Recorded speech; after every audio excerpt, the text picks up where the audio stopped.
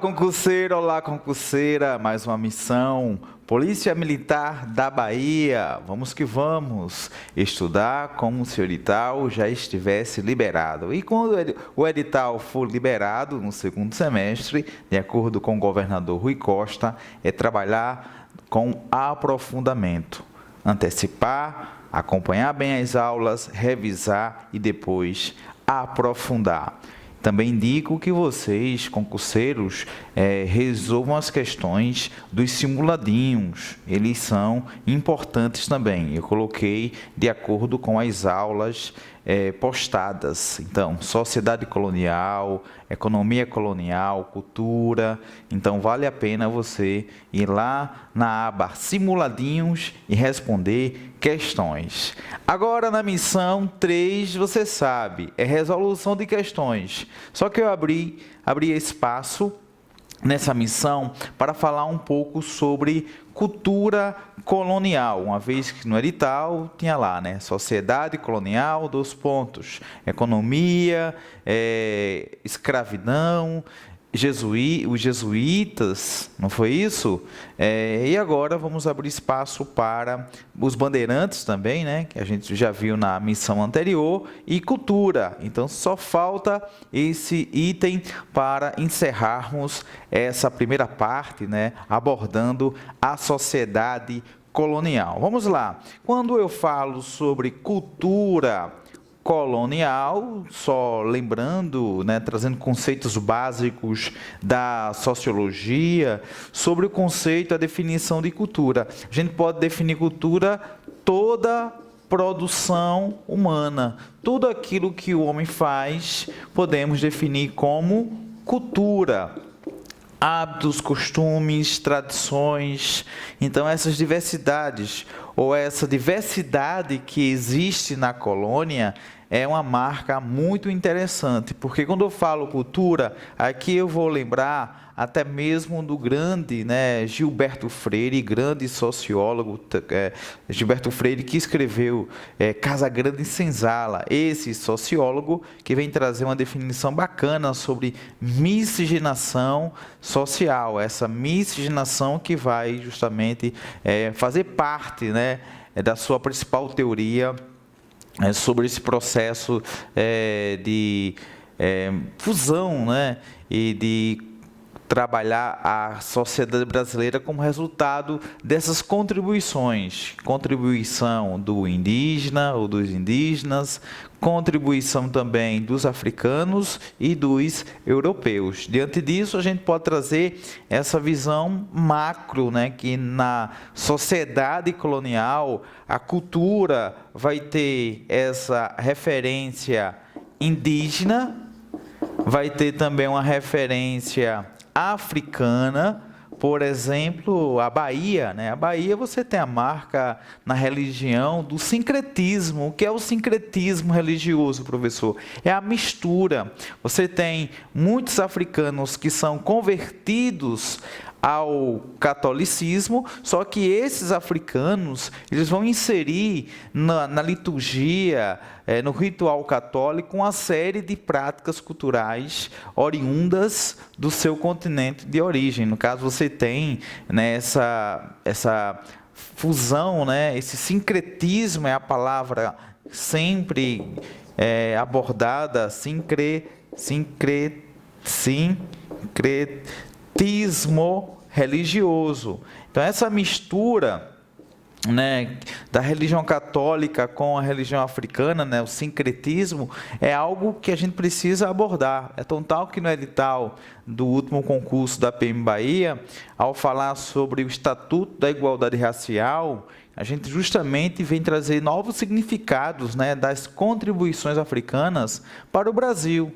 E a importância do Estado adotar políticas públicas a fim de compensar ou, pelo menos, né, contribuir para o ingresso, para a ascensão, respeitando as diferenças que marcam a cultura em nosso país. Em especial a Bahia, já que estamos focando na PM Bahia, é muito louvável você pegar um edital tão rico como foi o edital do último concurso, e eu espero que o próximo edital também venha tratando sobre o Estatuto da Igualdade Racial, dando aí, né, novos significados, né, para tratar da história do nosso país nesse período. Então, cultura colonial que tem também grande interferência europeia. Então, influência indígena, africana e europeia. Então, a cultura no período colonial do século XVI, início do século XIX, vai ser resultado justamente desse equilíbrio, né? Professor, equilíbrio porque a cultura indígena vai ser oprimida, vai ser ofuscada, vai ser extinta muitas vezes. Você tem aquele discurso de ódio, aquele discurso de rejeição a tudo que vem do universo indígena. No entanto, a cultura também tem uma outra marca, que por mais que chegue alguém oprimindo, tentando eliminá-la, mas ela tem muita força, ela tem vigor. É por isso que hoje podemos perceber na culinária alguns elementos da cultura indígena. Quando você tem, por exemplo, né, a utilização da famosa macaxeira, né? Então você tem a mandioca, que serve como base alimentar também hoje, faz lembrar as tradições indígenas. A questão também de alguns hábitos, como dormir em rede, faz lembrar também a cultura indígena. Pintura dos corpos, você tem a questão da tatuagem. Além disso, a questão higiênica, né, tomar banho diariamente, faz alusão também à cultura indígena. Em relação à influência europeia, a imposição da língua, né, a língua portuguesa, da religião católica. Então você tem no período colonial muitas datas referentes a santos católicos.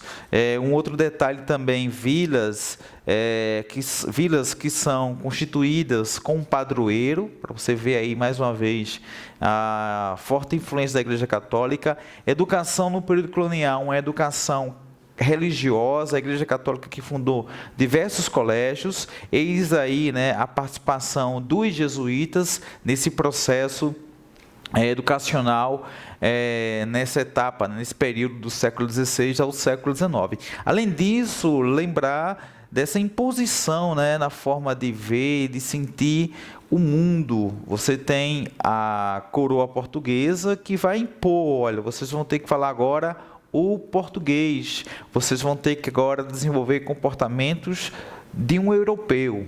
Caso você não faça isso, iremos eliminar.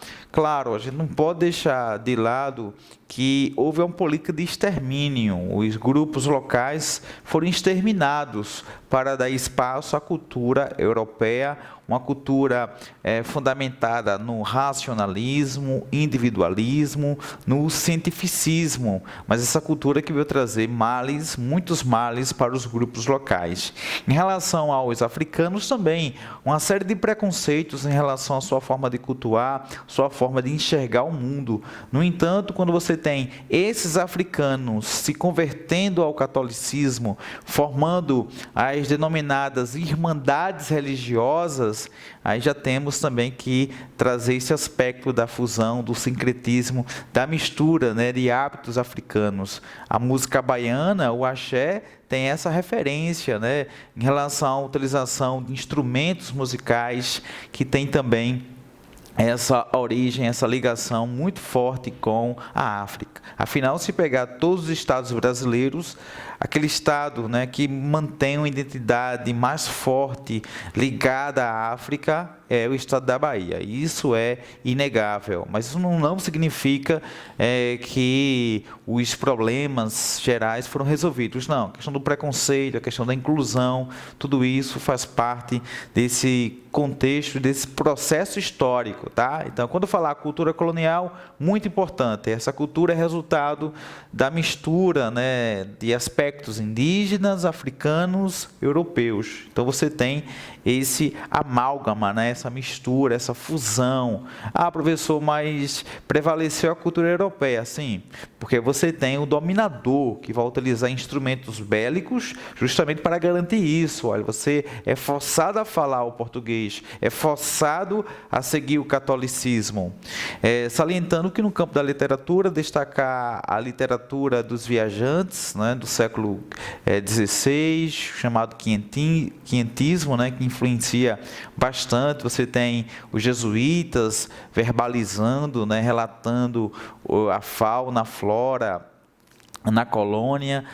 Salientar também o arcadismo. Sim, o arcadismo. Você tem o quinhentismo, o barroco e o arcadismo, esses movimentos, né, que têm grande importância para a literatura brasileira. Inclusive, você lembrar do próprio Gregório de Matos, né, que trouxe aí textos ácidos, que também é uma referência na cultura, na história da Bahia, na cultura colonial. Professor, e em relação à educação? Olha, educação, como eu falei, aqui você tem colégios religiosos até final do século XVIII, início do século XIX, ainda você não tem um centro universitário sistematizado. Aliás, a universidade no Brasil só a partir do século XX, né? A USP, a primeira universidade do Brasil, a USP. Com a chegada da família real, o início do século XIX, algumas faculdades são fundadas, né? Mas para estudar você teria que ir para a Europa, para ter o ensino superior. Por exemplo, no final do século XVIII, muitos foram para a Europa e tiveram contatos com as ideias iluministas, né? As ideias de Montesquieu, as ideias de John Locke, de Rousseau, de D'Alembert. Então, esses teóricos que vão impactar bastante, né? Afinal, o ícone desses teóricos liberais, liberdade, igualdade e fraternidade, que vem influenciar movimentos como a Conjuração Baiana, a Inconfidência Mineira e a Revolução de 1817. Então, aí você tem muitos elementos, né, que marcam a história colonial, o período colonial, e dando ênfase a esse aspecto da cultura. Há uma outra definição também, quando falamos em cultura colonial, que é a aculturação. O que é a aculturação, professor? Olha, a aculturação é quando você tem justamente esse processo de contribuições mútuas. A grande sacada de trabalhar a cultura no período colonial é entender que, mesmo que o europeu, com toda essa superioridade bélica, venha tentar eliminar a cultura indígena, mas ela prevalece. No caso, ela existe, persiste e resiste, né?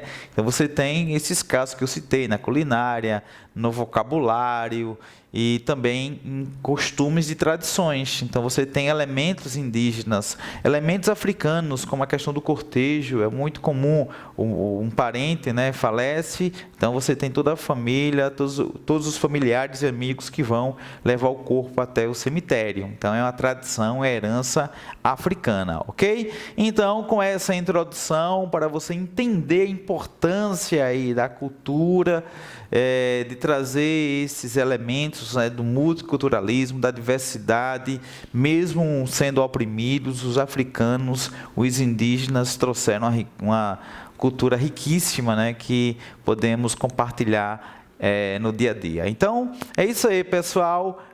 Aula 2 aí, olha, missão 3, a sociedade colonial, cultura. Já trouxe aí uma introdução geral bacana para que vocês pudessem entender a importância da cultura para a formação de uma sociedade. A cultura no período colonial, né? Citei aí os povos indígenas que colaboraram bastante, não só na parte do vocabulário hoje, mas podemos encontrar heranças, né, da cultura indígena em hábitos alimentares. No dia a dia, o tomar banho diariamente também é uma herança indígena. Práticas científicas, né, como eles conseguiam, né, estabelecer um calendário para ter uma previsão, né, do movimento das marés, por exemplo. Você tem também práticas culturais, como a pintura dos corpos, a culinária, né? Hoje você tem uma série de hábitos alimentares que tem também essa herança indígena. É só lembrar do beiju, da tapioca. E esse hábito diário de tomar banho, uma herança também indígena, muito bem. E o curandeirismo, uma vez que eles tinham um vínculo muito forte com a natureza e desenvolveram essas práticas, né? Que a Igreja Católica, claro, a Igreja Católica vai condenar, né? Porque vai misturar isso com feitiçaria. Não só os indígenas que desenvolveram essas práticas, né, de curandeirismo, mas os próprios africanos. E essa pintura dos corpos que eu já trouxe para vocês. Então você está vendo aí algumas imagens dessas heranças indígenas, né? Vocês podem perceber a riqueza que vai desde a parte da culinária, né, com o beiju, com a tapioca, essas comidas, né, que hoje compartilhamos no dia a dia, né, que faz parte, né, da identidade até do próprio Nordeste, né, como essas comidas feitas, né, do milho. Então, são tradições e heranças indígenas, tá? Em relação agora aos africanos, isso, veja aí na tela a capoeira que é utilizada aí como um instrumento de resistência, mas também essa capoeira, por exemplo, no período da República, período republicano, vai ser considerada crime. Para você ter ideia, a dificuldade desse negro, né, de se firmar na sociedade, mesmo após a abolição da escravidão. E não tem como também falar da Bahia, né, Salvador, sem falar justamente dos capoeiristas, né?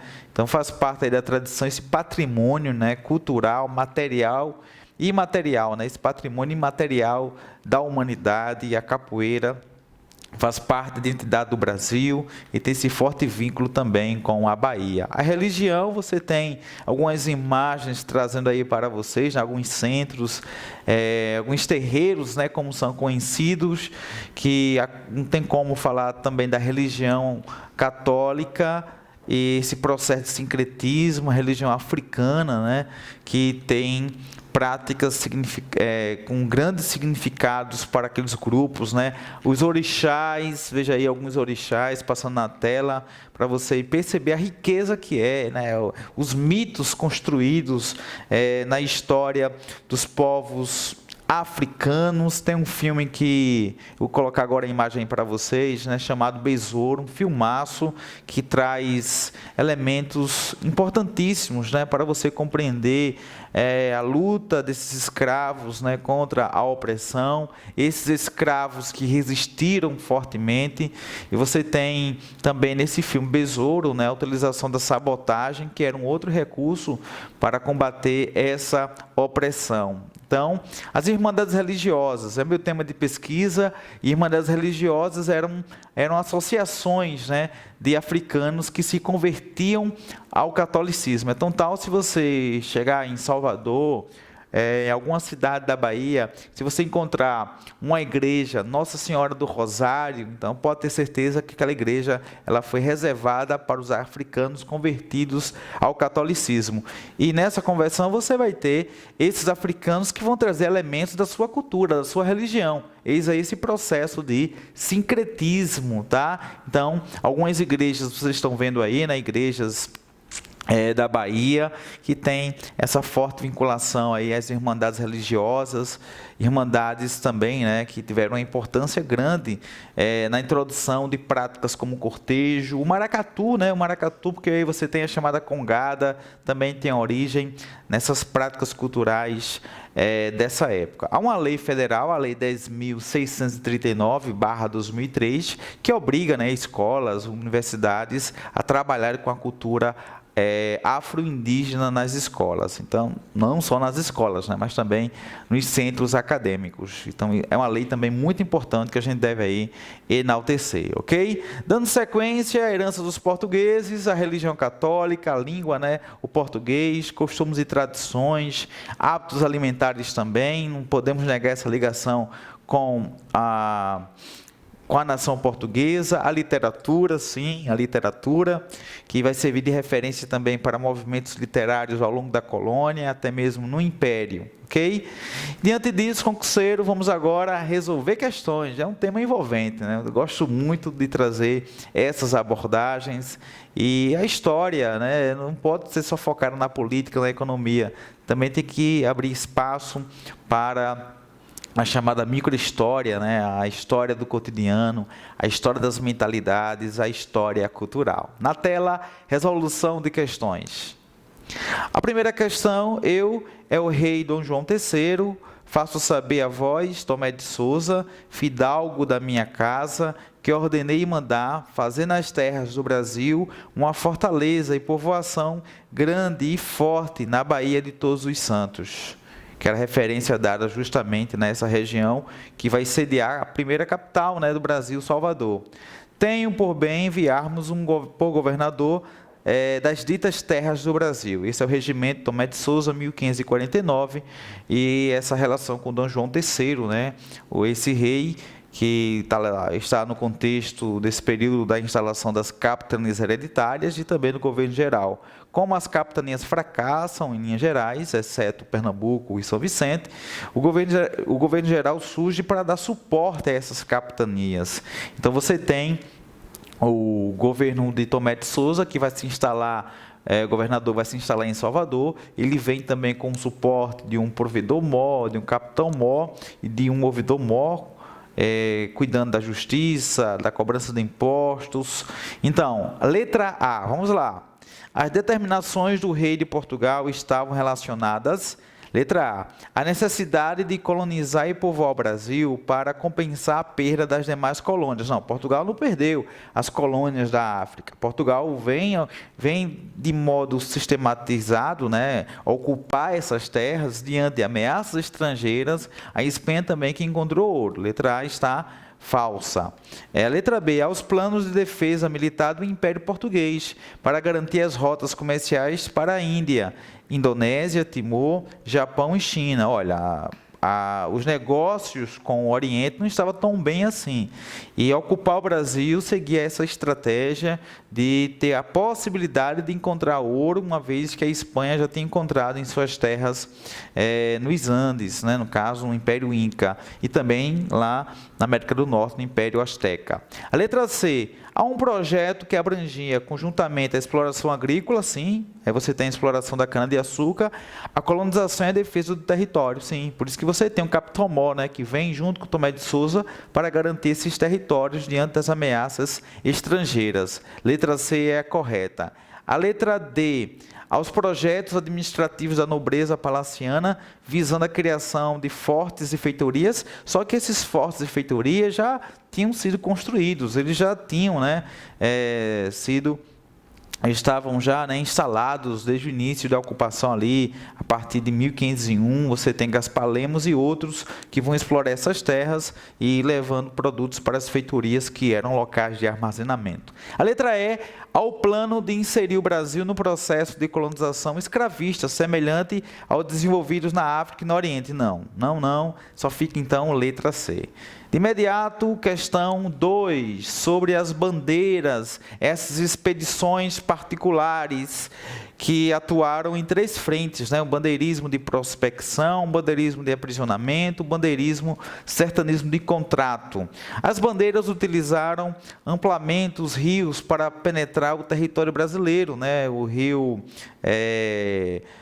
principal utilizado aí pelos bandeirantes, o rio Tietê, e atingir regiões distantes do litoral. Entre suas funções, é possível afirmar que as bandeiras estavam intimamente ligadas ao tráfico negreiro e buscavam o interior para vender escravos africanos para aldeias indígenas. Não, você tem, na verdade, eles invadindo aldeias, capturando indígenas para vender como escravos, né, nas lavouras. Letra A, falsa. Letra B, opunham-se às tentativas de catequização dos índios pelos jesuítas, por considerar os índios destituídos de alma. Não, você não tem.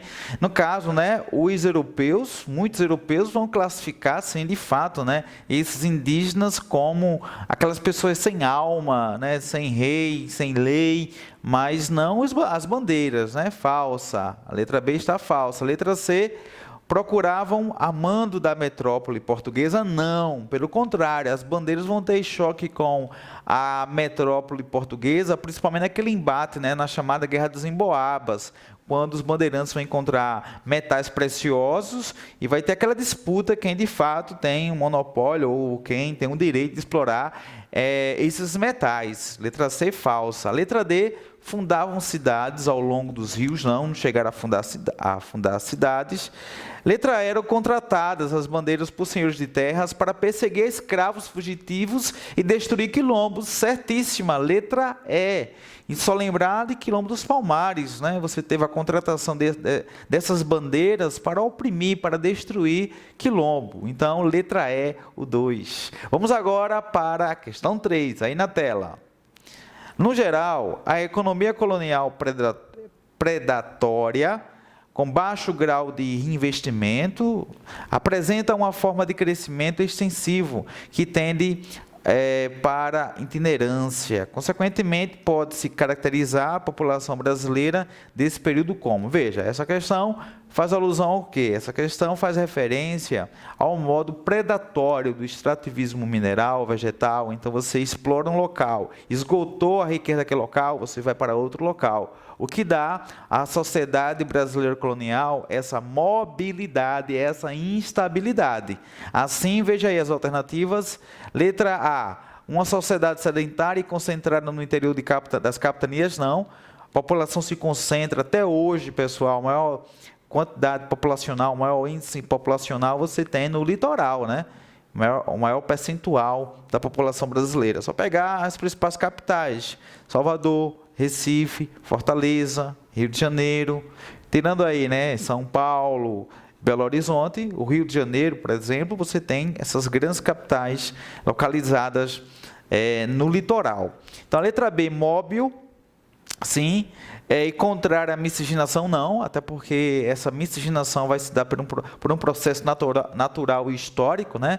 A letra C, instável, podemos dizer sim que era instável, porque você fica nessa oscilação concernente à exploração e constante atrito com a política colonial portuguesa. Sim, houve atritos, mas não houve não podemos definir como constante, né? Porque aí você tem alguns hiatos interessantes em relação a essa exploração. A letra D é a correta, móvel, instável e dispersa.